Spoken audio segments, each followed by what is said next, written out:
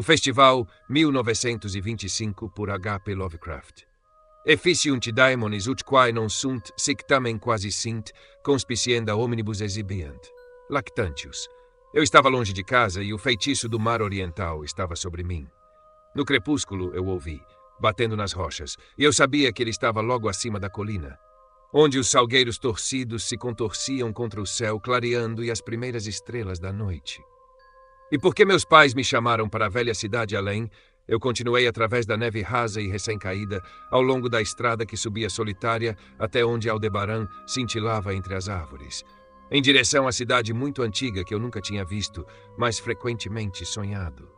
Era o Yuletide, que os homens chamam de Natal, embora saibam, em seus corações, que é mais antigo que Belém e Babilônia, mais antigo que Mênfis e a própria humanidade.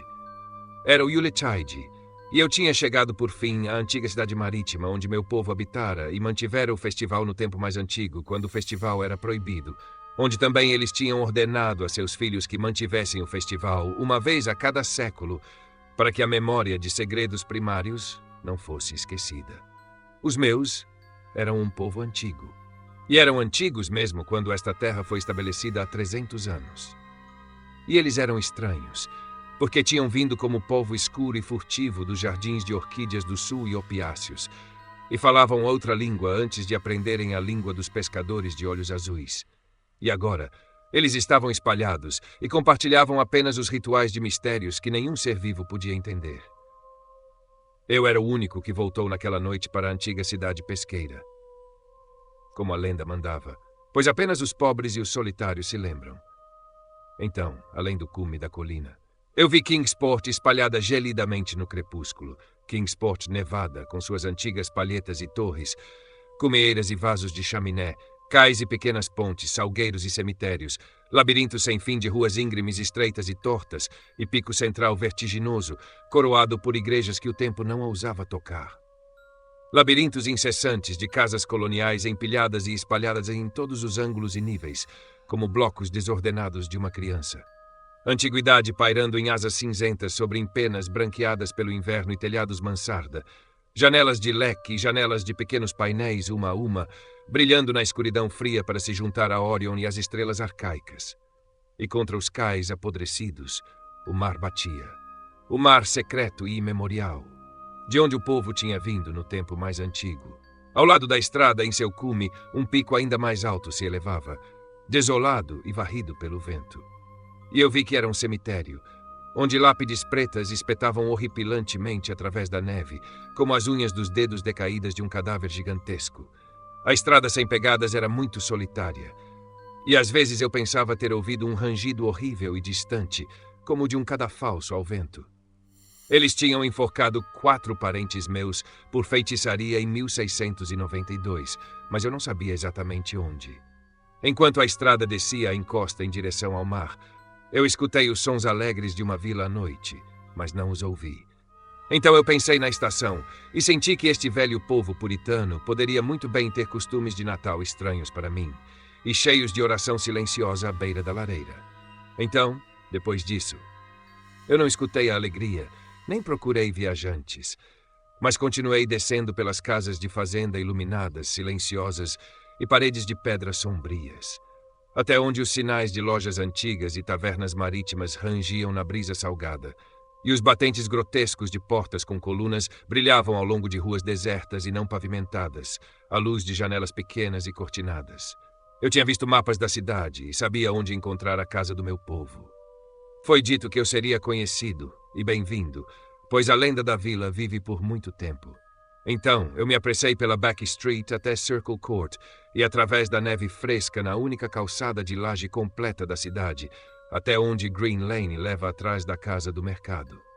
Os velhos mapas ainda eram válidos e eu não tive problemas, embora em Arkham eles devam ter mentido quando disseram que os bondes corriam para este lugar, já que eu não vi um fio no alto. A neve teria escondido os trilhos, em qualquer caso. Eu estava feliz por ter escolhido caminhar, pois a Vila Branca tinha parecido muito bonita da colina, e agora eu estava ansioso para bater na porta do meu povo. A 7ª casa à esquerda em Green Lane, com um antigo telhado pontiagudo e segundo andar saliente, tudo construído antes de 1650. Havia luzes dentro da casa quando eu a encontrei e eu vi pelas vidraças em losango que ela devia ter sido mantida muito perto de seu estado antigo.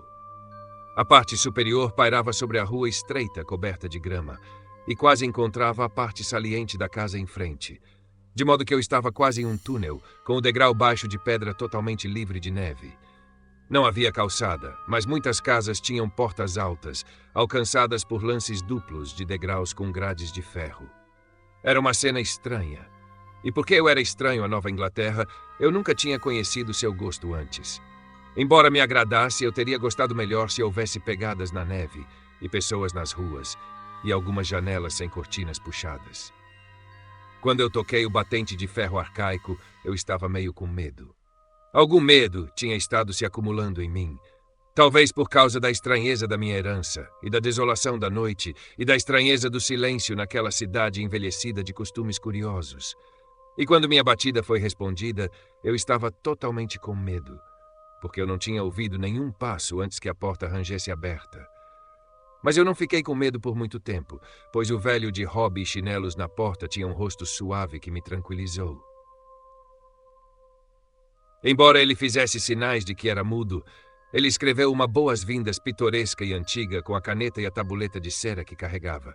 Ele me chamou para uma sala baixa iluminada por velas, com vigas expostas maciças e móveis escuros, rígidos e esparsos do século XVII.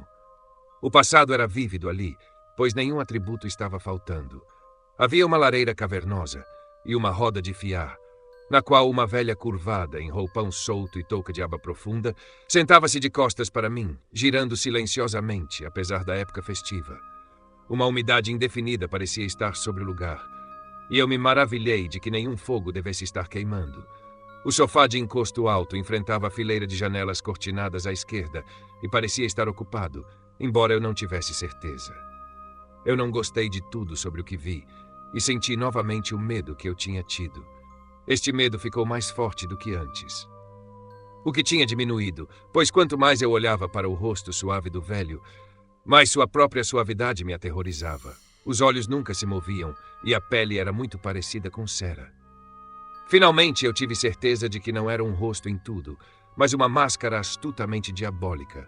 Mas as mãos flácidas, curiosamente enluvadas, escreveram gentilmente na tabuleta e me disseram que eu deveria esperar um pouco antes que pudesse ser conduzido ao lugar do festival. Apontando para uma cadeira, uma mesa e uma pilha de livros, o velho agora deixou a sala.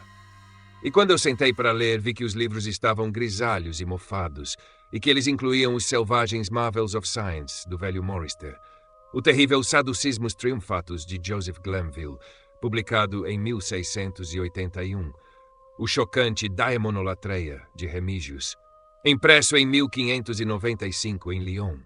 E o pior de tudo, o inominável Necronomicon, do árabe louco Abdul-Hazred, na tradução latina proibida de Olaus Wormius. Um livro que eu nunca tinha visto, mas do qual eu tinha ouvido coisas monstruosas sussurradas. Ninguém falou comigo, mas eu podia ouvir o rangido de sinais ao vento lá fora e o zumbido da roda, enquanto a velha de touca continuava sua fiação silenciosa. Fiação. Eu achei a sala, os livros e as pessoas muito mórbidas e inquietantes, mas porque uma velha tradição de meus pais tinha me convocado para festas estranhas, eu resolvi esperar coisas esquisitas. Então eu tentei ler e logo fiquei tremulamente absorvido por algo que encontrei naquele Necronomicon amaldiçoado, um pensamento e uma lenda demasiadamente hediondos para sanidade ou consciência. Mas eu não gostei quando imaginei ter ouvido o fechamento de uma das janelas que o sofá enfrentava, como se ela tivesse sido furtivamente aberta. Tinha parecido seguir um zumbido que não era da roda de fiar da velha. Isto não era muito, pois a velha estava girando muito e o relógio envelhecido tinha estado batendo. Depois disso, perdi a sensação de que havia pessoas no sofá e estava lendo intensamente e estremecendo. Quando o velho voltou calçado e vestido com uma roupa antiga solta e sentou naquele mesmo banco, de modo que eu não conseguia vê-lo. Era certamente uma espera nervosa. E o livro blasfemo em minhas mãos tornava tudo duplamente assim. Quando 11 bateram, no entanto, o velho se levantou, deslizou até um maciço baú entalhado em um canto e pegou 2 capas com capuz, uma das quais ele vestiu, e a outra da qual ele envolveu ao redor da velha, que estava cessando sua fiação monótona. Então ambos partiram para a porta externa, a mulher engatinhando, aleijada, e o velho, depois de pegar o mesmo livro que eu tinha estado lendo, me acenando, enquanto puxava seu capuz sobre aquele rosto ou máscara imóvel. Saímos para a rede tortuosa e sem lua daquela cidade incrivelmente antiga. Saímos quando as luzes nas janelas cortinadas desapareceram uma a uma, e a estrela do cão sorriu para a multidão de figuras encapuzadas e encapotadas que saíam silenciosamente de cada porta e formavam procissões monstruosas para cima desta rua e daquela. Passando pelos sinais rangendo e em penas antediluvianas, os telhados de colmo e janelas de painéis de diamante, enfiando ruelas íngremes onde casas decadentes se sobrepunham e desmoronavam juntas, deslizando através de pátios abertos e cemitérios onde os lampiões oscilantes faziam constelações bêbadas macabras. Em meio a estas multidões silenciosas, eu segui meus guias silenciosos, empurrado por cotovelos que pareciam sobrenaturalmente macios e pressionado por peitos e estômagos que pareciam anormalmente pulposos, mas vendo nunca um rosto e ouvindo nunca uma palavra. Para cima, para cima, para cima, as colunas estranhas escorregavam, e eu vi que todos os viajantes estavam convergindo enquanto fluíam perto de uma espécie de foco de vielas loucas no topo de uma alta colina no centro da cidade, onde se empoleirava uma grande igreja branca. Eu tinha visto isso do cume da estrada quando eu olhei para Kingsport no novo crepúsculo, e isso tinha me feito tremer, porque Aldebaran tinha parecido se equilibrar um momento na torre fantasmagórica. Havia um espaço aberto ao redor da igreja, em parte um cemitério com eixos espectrais e em parte uma praça meio pavimentada varrida quase sem neve pelo vento e alinhada com casas arcaicas insalubres, tendo telhados pontiagudos e em penas salientes. Fogos da morte dançavam sobre os túmulos, revelando vistas horríveis, embora estranhamente falhando em lançar quaisquer sombras. Passando pelo cemitério, onde não havia casas, eu conseguia ver sobre o cume da colina e assistir ao brilho das estrelas no porto, embora a cidade estivesse invisível na escuridão. Apenas de vez em quando um lampião balançava horrivelmente através de vielas serpentinas, a caminho de alcançar a multidão que estava agora escorregando sem falar na igreja. Eu esperei até que a multidão tivesse vazado para a porta escura e até que todos os retardatários tivessem seguido. O velho estava puxando minha manga, mas eu estava determinado a ser o último. Então eu finalmente fui, o homem sinistro e a velha fiandeira antes de mim. Cruzando o limiar para aquele templo fervilhante de escuridão desconhecida, eu me virei uma vez para olhar para o mundo exterior, enquanto a fosforescência do cemitério lançava um brilho doentio no pavimento do topo da colina. E enquanto eu fazia isso, eu estremecei. Pois, embora o vento não tivesse deixado muita neve, algumas manchas permaneceram no caminho perto da porta. E naquele olhar fugaz para trás, pareceu aos meus olhos perturbados que eles não carregavam marca de pés passando, nem mesmo os meus. A igreja era escassamente iluminada por todos os lampiões que tinham entrado nela, pois a maior parte da multidão já tinha desaparecido. Eles tinham fluído pelo corredor entre os altos bancos brancos para a escotilha das criptas que bocejava abertamente e repugnantemente logo antes do púlpito e estavam agora se contorcendo silenciosamente. Eu segui mudamente para baixo dos degraus gastos e para a cripta úmida e sufocante. A cauda daquela linha sinuosa de notívagos parecia muito horrível, e enquanto eu os via se contorcendo em uma tumba venerável, eles pareciam ainda mais horríveis. Então eu notei que o chão da tumba tinha uma abertura para baixo, da qual a multidão estava deslizando, e em um momento estávamos todos descendo uma escadaria sinistra de pedra grosseiramente talhada. Uma escadaria em espiral estreita, úmida e peculiarmente odorífera, que enrolava sem fim para baixo nas entranhas da colina, passando por paredes monótonas de blocos de pedra escorrendo e argamassa desmoronando. Era uma descida silenciosa e chocante, e eu observei após um intervalo horrível que as paredes e os degraus estavam mudando em natureza, como se esculpidos na rocha sólida. O que principalmente me perturbava era que as miríades de passos não faziam nenhum som, e não produziam ecos. Depois de mais eras de descida, eu vi algumas passagens laterais ou tocas levando de recessos desconhecidos de negridão para este eixo de mistério noturno. Logo eles se tornaram excessivamente numerosos, como catacumbas ímpias de ameaça sem nome, e seu odor pungente de decadência se tornou quase insuportável. Eu sabia que devíamos ter passado para baixo através da montanha e sob a terra da própria Kingsport, e eu estremecei que uma cidade devesse ser tão envelhecida e cheia de vermes com mal subterrâneo. Então eu vi o brilho horrendo de luz pálida e ouvi o lapping insidioso de água sem sol. Novamente, eu estremecei, pois eu não gostava das coisas que a noite tinha trazido, e desejei amargamente que nenhum ancestral tivesse me convocado para este rito primordial. Enquanto os degraus e a passagem se tornavam mais largos, eu ouvi outro som, a zombaria tênue e choramingante de uma flauta fraca, e de repente se espalhou diante de mim a vista ilimitada de um mundo interior. Uma vasta costa fungosa, iluminada por uma coluna a roto de chama esverdeada doentia e lavada por um rio oleoso, largo que fluía de abismos medonhos e insuspeitados para se juntar aos abismos mais negros do oceano imemorial. Desmaiando e ofegando, eu olhei para aquele Erebus profano de cogumelos titãs, fogo leproso e água viscosa, e vi as multidões encapotadas formando um semicírculo ao redor da coluna flamejante. Era o rito de Yule, mais antigo do que o homem e fadado a sobreviver a ele, o rito primordial do solstício e da promessa da primavera além das neves. O rito do fogo e da sempre verde, da luz e da música. E na gruta estratégia eu os vi fazer o rito, adorar o pilar doentio de chama, e jogar na água punhados escavados da vegetação viscosa que brilhava verde no brilho clorótico. Eu vi isso, e eu vi algo amorfamente agachado longe da luz, soprando ruidosamente numa flauta, e enquanto a coisa soprava, eu pensei ter ouvido vibrações abafadas nocivas na escuridão fétida onde eu não conseguia ver. Mas o que mais me assustou foi aquela coluna flamejante, jorrando vulcanicamente de profundezas profundas e inconcebíveis, não lançando sombras como a flama saudável deveria, e revestindo a pedra nitroso acima com um verdete desagradável e venenoso. Pois em toda aquela combustão fervilhante não havia calor, mas apenas a viscosidade da morte e da corrupção. O homem que tinha me trazido agora se contorceu para um ponto diretamente ao lado da chama hedionda e fez movimentos cerimoniais rígidos para o semicírculo que ele enfrentava. Em certas etapas do ritual, eles fizeram reverência rastejante, especialmente quando ele segurou acima de sua cabeça aquele Necronomicon abominável que ele tinha levado consigo. E eu compartilhei todas as reverências porque eu tinha sido convocado para este festival pelos escritos de meus ancestrais.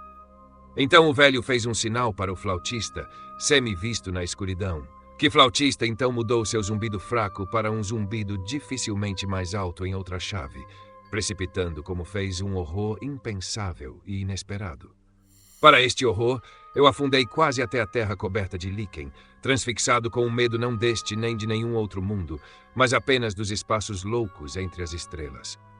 Para fora da negridão inimaginável, além do brilho gangrenoso daquela chama fria, para fora das léguas tártaras através das quais aquele rio oleoso rolava estranho, inaudível e insuspeitado, caiu ritmicamente uma horda de coisas aladas híbridas, domadas, treinadas, que nenhum olho sadio poderia jamais apreender totalmente, ou cérebro sadio jamais lembrar totalmente. Eles não eram totalmente corvos, nem toupeiras, nem urubus, nem formigas, nem morcegos, vampiros, nem seres humanos decompostos, mas algo que eu não posso e não devo recordar.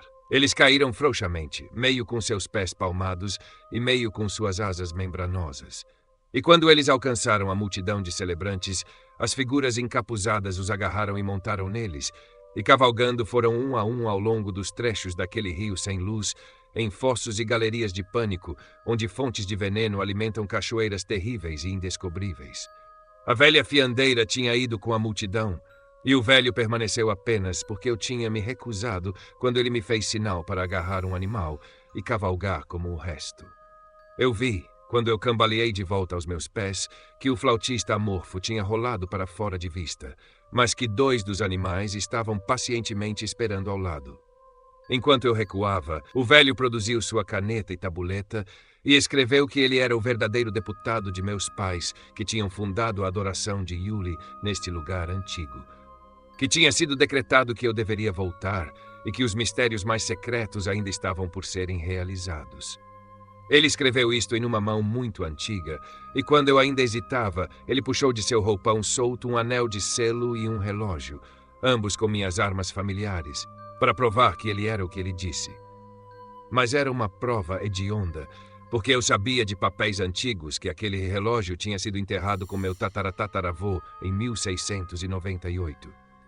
Presentemente, o velho puxou para trás seu capuz e apontou para a semelhança familiar em seu rosto, mas eu apenas estremecei, porque eu tinha certeza de que o rosto era meramente uma máscara de cera diabólica. Os animais oscilantes estavam agora arranhando inquietos os líquenes, e eu vi que o velho estava quase tão inquieto quanto ele mesmo. Quando uma das coisas começou a bambolear e se afastar, ele se virou rapidamente para impedi-la, de modo que a repentinidade de seu movimento desalojou a máscara de cera do que deveria ter sido sua cabeça. E então, porque a posição daquele pesadelo me impedia da escadaria de pedra para baixo pela qual nós tínhamos vindo, eu me atirei no rio subterrâneo oleoso que borbulhava em algum lugar para as cavernas do mar. Atirei-me naquele suco putrescente dos horrores interiores da terra, antes que a loucura de meus gritos pudesse trazer sobre mim todas as legiões do ossário que estes abismos de peste poderiam ocultar. No hospital, eles me disseram que eu tinha sido encontrado meio congelado em Kingsport Harbor ao amanhecer, agarrado ao mastro à deriva que o acidente enviou para me salvar. Eles me disseram que eu tinha tomado a bifurcação errada da estrada da colina na noite anterior e caído sobre os penhascos em Orange Point, uma coisa que eles deduziram de pegadas encontradas na neve. Não havia nada que eu pudesse dizer, porque tudo estava errado. Tudo estava errado, com a janela larga mostrando um mar de telhados em que apenas cerca de 1 em cada 5 era antigo, e o som de bondes e motores nas ruas abaixo. Eles insistiram que esta era Kingsport, e eu não pude negar. Quando eu entrei em delírio ao ouvir que o hospital ficava perto do antigo cemitério em Central Hill, eles me enviaram para o Hospital St. Mary's em Arkham, onde eu poderia ter melhores cuidados. Eu gostei dali, pois os médicos eram de mente aberta e até mesmo me emprestaram sua influência para obter a cópia cuidadosamente protegida do Necronomicon questionável de Alhazred da biblioteca da Universidade Miskatonic. Eles disseram algo sobre uma psicose e concordaram que eu melhor tirasse qualquer obsessão perturbadora da minha cabeça. Então eu li novamente aquele capítulo hediondo e estremecei duplamente porque não era de fato novo para mim. Eu tinha visto antes. Deixem as pegadas contarem o que pudessem. E onde era que eu tinha visto era melhor esquecer. Não havia ninguém, em horas de vigília, que pudesse me lembrar disso. Mas meus sonhos são cheios de terror, por causa de frases que eu não ouso citar. Eu ouso citar apenas um parágrafo, colocado em tal inglês como eu posso fazer do latim baixo estranho. As cavernas mais baixas, escreveu o árabe louco, não são para o aprofundamento de olhos que veem, pois suas maravilhas são estranhas e terríveis. Amaldiçoada a terra onde pensamentos mortos vivem novos e estranhamente encarnados, e malignamente que não é mantida por nenhuma cabeça. Sabiamente disse Ibn Shakabak que feliz é a tumba onde nenhum mago se deitou, e feliz é a cidade à noite cujos magos são todos cinzas. Pois é de antiga notícia que a alma do comprado pelo diabo não se apressa de seu barro do ossário, mas engorda e instrui o próprio verme que rói, até que da corrupção a vida horripilante surja e os lentos catadores da terra se tornem astutos para vendê-la e incharem monstruosos para atormentá-la. Grandes buracos secretamente são cavados onde os poros da terra deveriam ser suficientes, e coisas aprenderam a andar que deveriam rastejar.